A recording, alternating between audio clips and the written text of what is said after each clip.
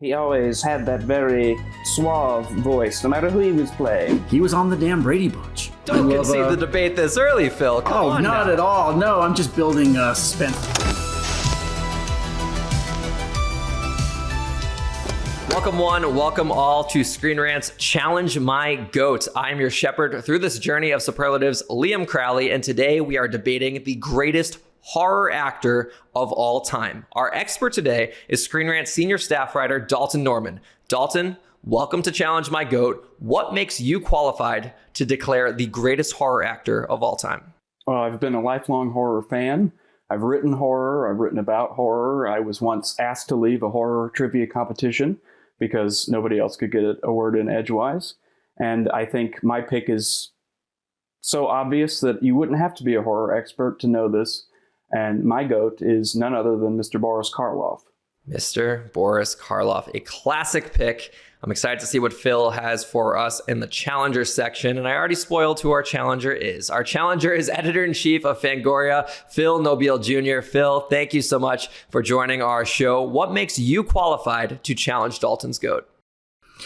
Well, now that I know what his GOAT is, I'm not sure it can be challenged, but, I love... Don't concede the debate this early, Phil. Come on not now. at all. No, I'm just building suspense. I would love to... I'm going to try. I'm going to do my best. But I'm not sure I disagree with him ultimately. But I'm the editor-in-chief of Fangoria magazine. I've been a horror fan, I guess that would mean 50 plus years of my life. And I'm sure I've seen every... candidate for best horror performer in multiple films many times over the decades, and I'm a huge affectionate fan of all of them, and I'm excited to hear Dalton's argument and then see what kind of holes I can poke in it. I'm glad that Dalton brought who he brought today, especially because we're getting very close to the release of Frankenstein. If I'm not mistaken, it's hitting theaters this weekend, time to the release of this episode. Guillermo del Toro's take on Frankenstein and Frankenstein's monster, and obviously Boris Karloff, very well known for playing the iconic monster throughout his career. Phil, before we get into the actual opening statements, you got a lot more credits to your name as to what makes you qualified. You got a filmography, you got producing credits, you got directing credits. You've been doing some work with horror for quite some time. Yeah. I've loved horror and I've loved storytelling my whole life, and so it just seemed to make sense that those went together. And it's been in writing. I've written for different websites and magazines over the years. I was one of the producers on Horror Noir, History of Black Horror, and Queer for Fear. I've just had a lifelong passion to talk about the history of horror and to talk about like untold stories behind the scenes of horror. That's my lifeblood is spreading the gospel of the history of horror. Our second guest with a Wikipedia page. Shout out Anthony Bresnikan from one of our earlier episodes of Challenge My Goat. Anyways, boys, let's get into the actual meat of the debate. We'll start with our opening statements. Dalton, I need you to lay the foundation for me to kick us off. What makes Boris Karloff the greatest horror actor of all time? You have 2 minutes. Well, I can sum it up with one sentence, but I think I can go on a little longer. But essentially, Karloff is the greatest horror actor because he was the greatest actor, one of the greatest actors of Hollywood's golden age. And in a time when horror was very marginalized, but in a way that is different now, where there isn't a niche, or there wasn't a niche then when Karloff was operating. So to be so skilled as a performer and to bring horror to the mainstream with his talents as an actor, not as necessarily a name, but as his skill, I think that really is what elevates him above any other horror actor from any other generation, because he could do other things. He just happened to be typecast as a great ghoul and monster. But when he did comedy, he was great. When he did drama, he was great. And he continued to be great up until his last roles. And even if he was in some schlocky B movie, he was always Boris Karloff. And Karloff was always exceptional compared to even his very distinguished co-stars. Even when he was working with somebody like Peter Lorre or somebody like, Basil Rathbone, there was Karloff and then there was everyone else. And looking back on the history of horror, I don't see anybody as an actor really touching his skill at any point in time. All right, there's our laying the foundation there for Dalton. I got some questions for you, Dalton, that I'll be asking at the meat of the debates based on what you just said. But before we get there, Phil, I need you to tell me why you disagree. Well, as I said, I'm not quite sure I disagree. I'm a big Karloff fan. And I don't think that Dalton said anything incorrect in this, in his statement. I will say that I think Karloff has a handicap over a lot of other performers of his peers simply due to his face. He was literally a starving actor, and he showed up in the commissary. I think apocryphally the story goes, and Jack Pierce saw that face, which was gaunt because Karloff was living off of cans of soup. He would eat the broth for one meal and the vegetables for his second meal. He was literally starving when he was discovered on the Universal backlot by Jack Pierce. So I think, as much as there is skill there, and as much as there's pathos in his performances, he made Frankenstein monster something that, let's say, Bela Lugosi never could have. I think that he just had a leg up on all of them just due to that iconic visage of his. And I think that there are probably other candidates for best horror actor ever who have a wider range than what Karloff was able to do. Dalton noted that he was typecast, and I think there's some truth to that. And so some of this is conjecture. Like, we might not know if Karloff could have done Academy Award worthy dramatic roles because he was kind of put in a box, and he loved that box, and he gave that box his all, I think. And he's undeniably a presence in horror. Is he the best horror actor ever? I think you can make an argument that he's not. Diversity of catalog is one of the questions I wanted to ask when we get to the meat of the debate, and we are here. Let's kick off our actual debate. Phil, let us know, who is your challenger pick? Well, my challenger pick was hard to arrive at because I think you could have gone in another way in terms of coming up with a contemporary actor or coming up with an actor who maybe made a bigger splash in one way or another. But my pick is adjacent to Dalton's, and I'm going to go with Vincent Price because I think that Vincent Price picked up the baton where Karloff left it. And just in the matter of a couple of decades difference in his career, he got opportunities that Karloff didn't in terms of expanding his range and in playing with a bigger box of crayons, let's say. I think that could Karloff have done the narration for Thriller? Yes. But could Karloff have played the everyman of Last Man on Earth or The Fly or some of the more relatable characters that Vincent Price played in his career that were in the horror space, but he wasn't always the creepy crawly guy. He was sometimes the audience touchstone. And I don't think Karloff got to do that. Whether or not he could have is not for me to say, but I know Vincent Price was able to tap into a deeper well of talent to play across a wider spectrum of roles within the horror canon. And I think he does the old dark spooky house stuff just as well as he did the more contemporary stuff. And his last role was Edward Scissorhands.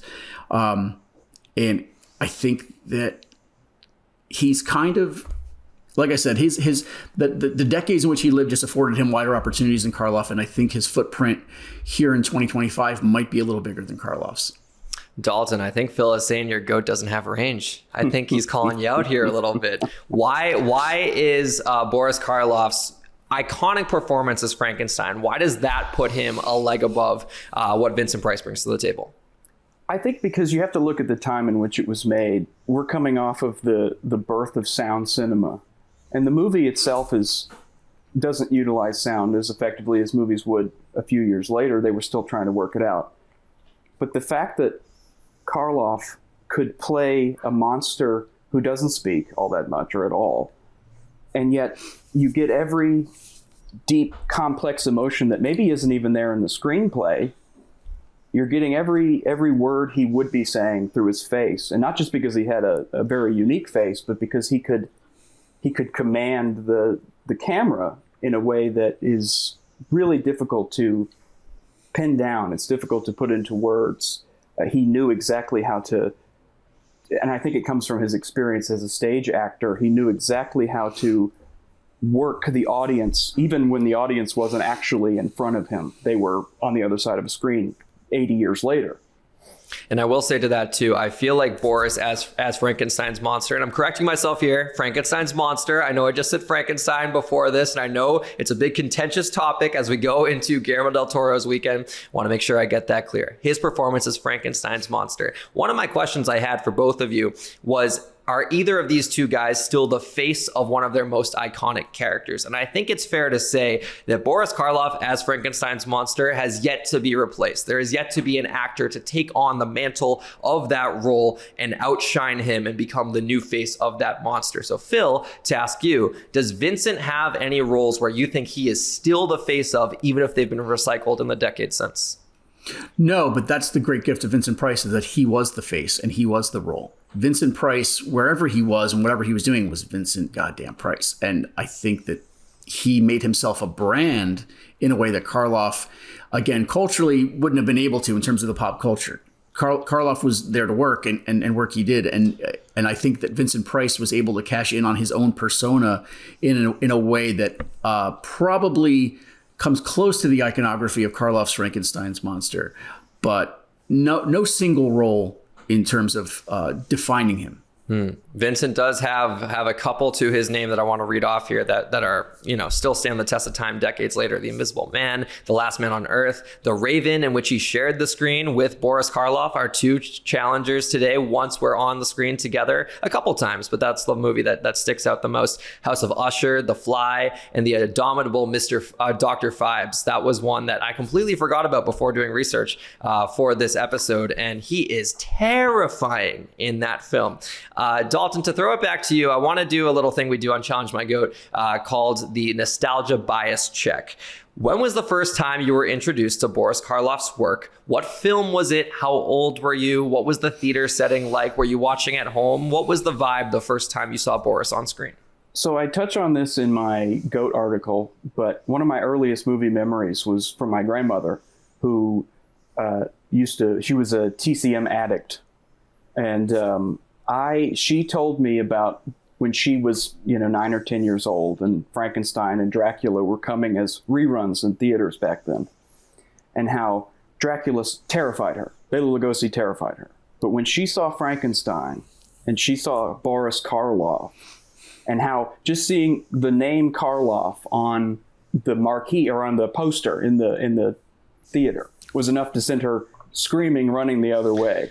And so I have to see this movie, this terrifying film that my grandmother, had nightmares for so many years. And so I finally watched Frankenstein when I was probably 8 or 9 years old. And I wasn't scared. It was entrancing. It was one of those movies that just completely grabbed me, because every frame is so unique and surreal and almost dreamlike that it was one of those transformative moments for me as a movie fan. And there's only a few movies in my lifetime that sort of took me on a new direction and sort of opened up new doors for me, and that was one of them. I think that is a fair nostalgia bias check. I don't think that there's any bias there. I think it's just pure nostalgia. And it makes me think too, are there any horror actors today that would make me run the other direction? I know there's some directors out there where I don't know if I can brave the storm and see their projects in theaters. I had to muscle up for Zach Cregger's Weapons in August, and that might sound tame to some of our listeners, but man, did those trailers keep me up at night. Phil, I got to ask you for your nostalgia bias check. When were you first introduced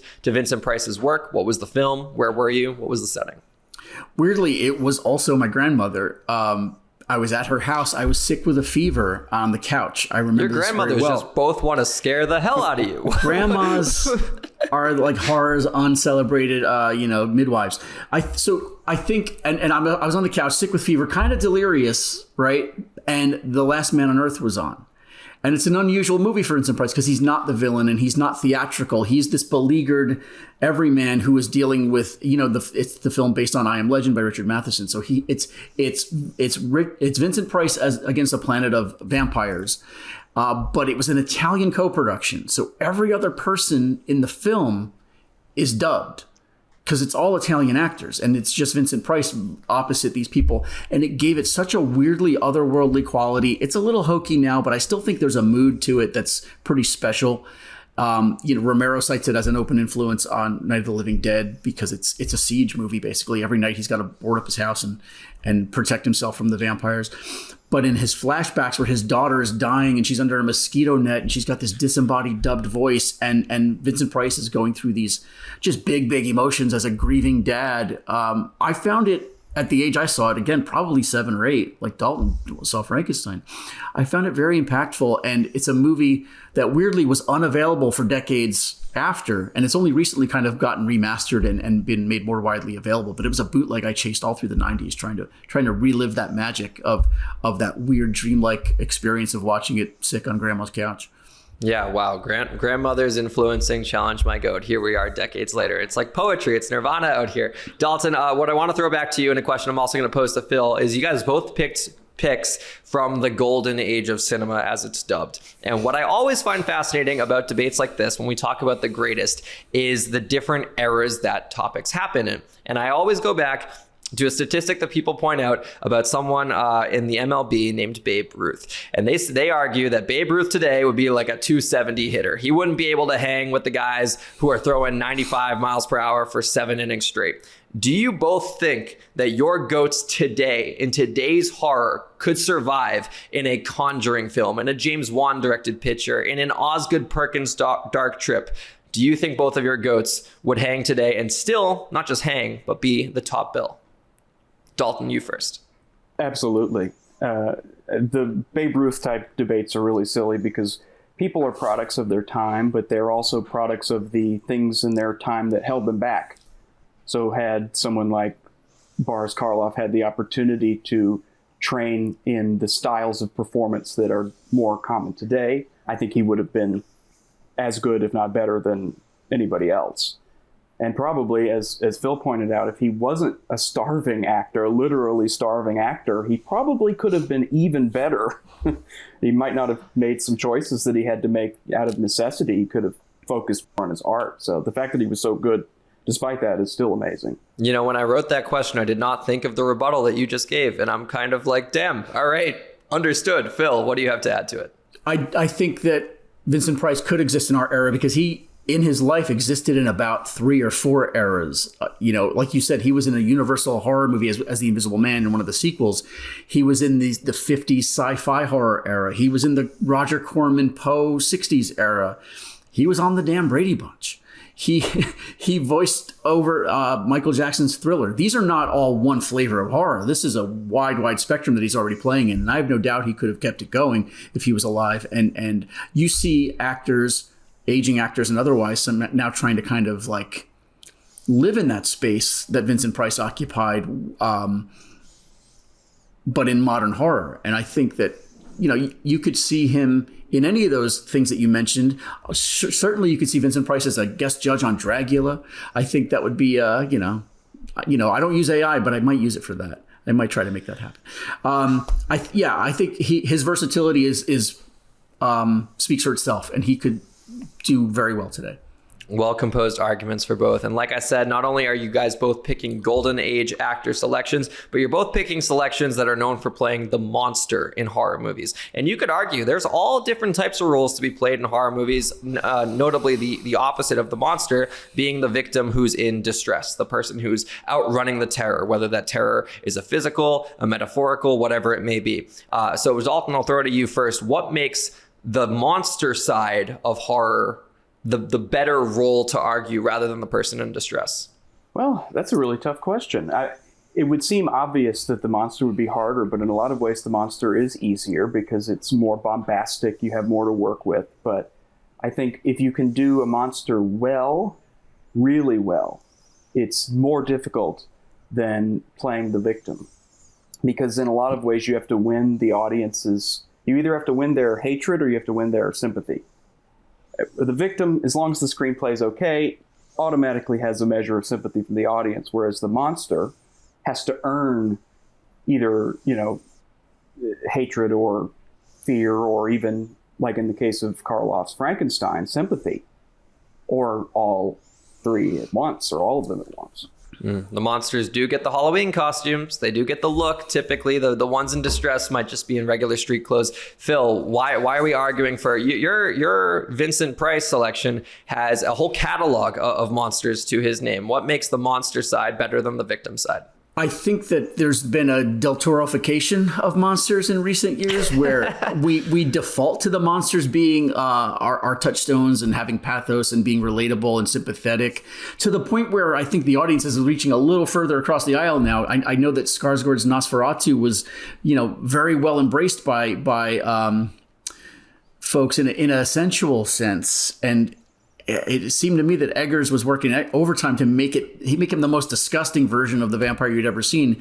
Yet Nosferatu bounce on it crazy style became a whole meme because we have to sexualize our monsters now. I think we're just drawn to them, and I think that there's it's a bigger sandbox to play in terms of emotions and characterizations. I think we map meanings onto final girls and victims' performances that way, but the monster is truly a mirror, and it will project back whatever we sort of want to put on it. And so there's just more latitude, I think, in a monster performance at this point.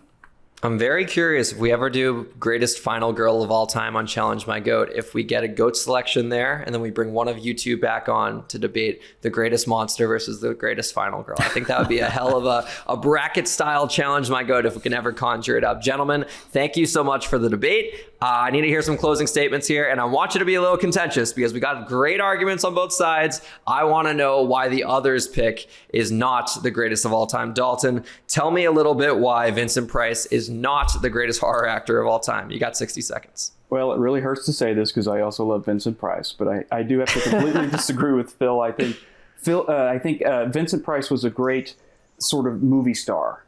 When you saw Vincent Price, it was Vincent Price and everything.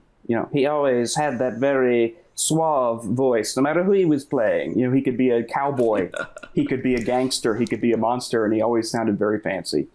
And you never said, oh my God, I can't believe that's Vincent Price. You said, oh, that's Vincent Price. Tiny mustache and everything in every role, So in that way, I do have to really disagree with Phil that the versatility, I think Karloff's versatility was there. And if you really dig deep into movies like Lured and some of his later comedy stuff like Comedy of Terrors and even Targets, one of his last films, there's a lot of range there. And that was 30, 40 years after his debut, and he was still doing it really well.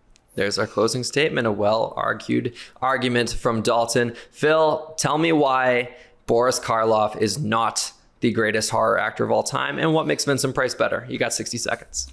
Well, I'll flip it. I'll say Vincent Price does have that versatility. He was nominated for an Independent Spirit Award for one of his later roles, The Whales of August, which was not a genre movie, which was not dining out on Vincent Price. And certainly he had a storied career before he got into horror for several decades.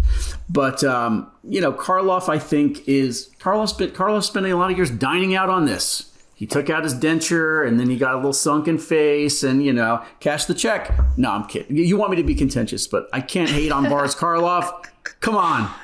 I think Karloff is as much of a brand as Vincent Price was. I think that he's not, again, I feel I'm not going to hate on Boris Karloff, but I just don't think he got the same opportunities that Vincent got in terms of range. And so we didn't get to see it. So it's hard to know if he was the best.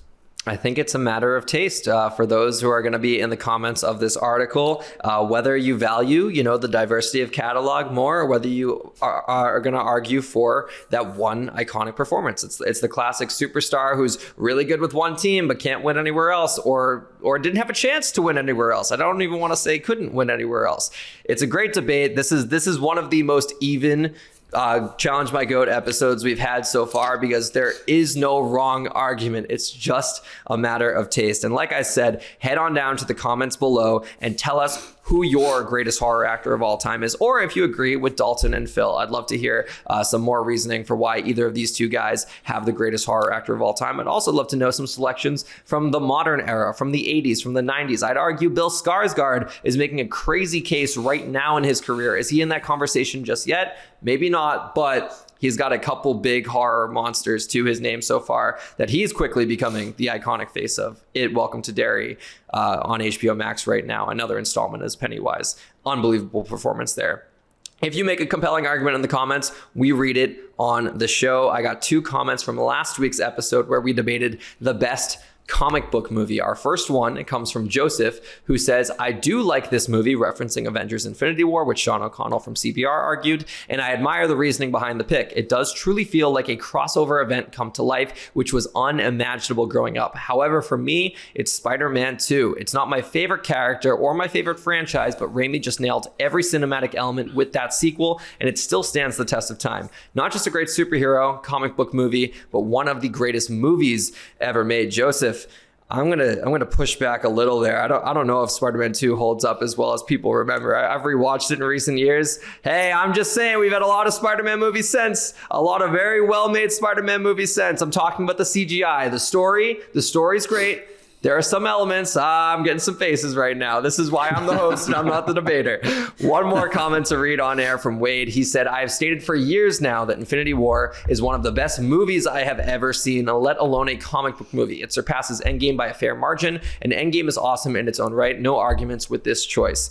I got to agree with Wade there. Infinity War, to me, I said it last week on the episode, it is the greatest cinematic achievement of all time. Everything that had to go right for that movie to work and be cohesive, let alone good, let alone great. It's a miracle film, and somehow they made a part 2 that got me way more emotional than part 1. I sobbed like a baby that entire third act of Endgame. Anyways, guys, if you have good horror actor arguments in the comments, I'll read them on the air next week. I'll be looking out for them. I comb through every single one and I pick the 2 best arguments and I'll read them on the air. Speaking of next week, we're continuing with this horror theme. Next week, we're tackling the best horror movie of all time.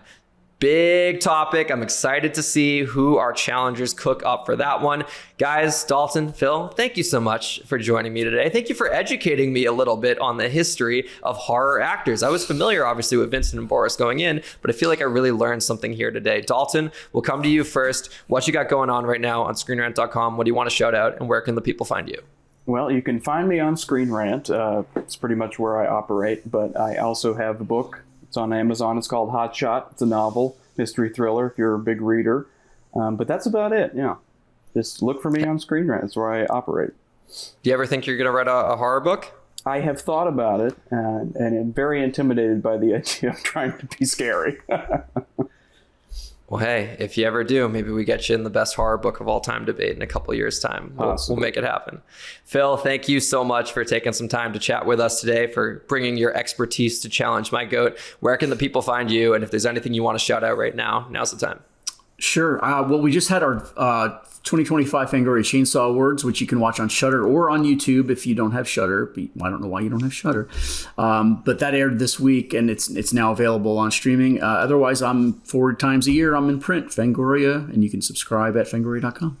Yeah, shout out Shudder real quick. They sent a very nice care package to me on the 10-year anniversary and had some of the best candy I've had in a while, but also it really just showed off the catalog of projects they have on that streaming service. Big shout out to Dangerous Animals, which I did press for earlier this year. A Jai Courtney shark serial killer. Unbelievable idea, unbelievable execution. Lots to love over on Shudder. Guys, thank you again so much for joining us, and we will see you next week.